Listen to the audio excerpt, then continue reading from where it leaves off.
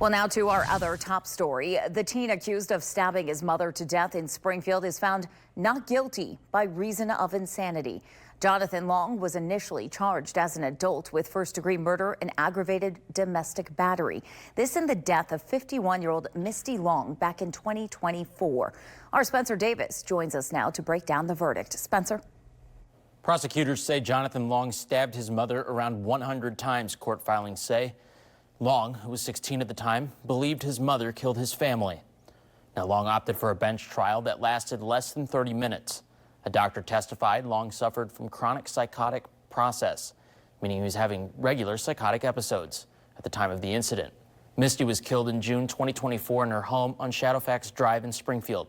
The court will decide Long's path of treatment within the next 30 days. Now, court filings say witnesses believe Long had been violent with his mother in the past. Reporting for News Channel 20, I'm Spencer Davis. Thanks, Spencer. Now, we'll have more tonight on what a treatment plan could look like for Long. Good evening. Thanks for joining us. I'm Stacey Skryzak. The teen accused of stabbing his mother to death in Springfield is found not guilty by reason of insanity. Jonathan Long was initially charged as an adult with first-degree murder and aggravated domestic battery in the death of 51-year-old Misty Long back in 2024. Prosecutors say he stabbed his mother around 100 times. Court filings say Long, who was 16 at the time, believed his mother killed his family. A doctor testified Long suffered from a chronic psychotic process, meaning he was having regular psychotic episodes at the time of the incident. The court will decide Long's path of treatment within the next 30 days. Good evening. Thanks for joining us. I'm Stacey Skryzak. Our top story tonight. The teen accused of stabbing his mother to death was found not guilty by reason of insanity. Jonathan Long, who was 16 at the time, reportedly stabbed his mother around 100 times. Per the Sangamon County coroner. Now, Long chose a bench trial, which lasted less than 30 minutes. A doctor found him to be suffering from chronic psychotic process at the time of the incident. Long now awaits his next court date in March, which will be used to determine his next steps. News Channel 20, Spencer Davis joins us with what things will be considered during this next process. Spencer? I talked to Christian County State's Attorney John McWard about his experiences with not guilty by reason of insanity verdicts and asked what Long's treatment timeline could look like.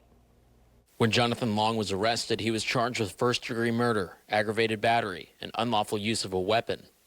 Long told police he believed his mother, Misty Long, was killing his family and that he was a hero, according to court records. After a not guilty by reason of insanity verdict, Long will avoid prison. However, he won't be released anytime soon. He's going to be treated like an adult and any other adult in this situation.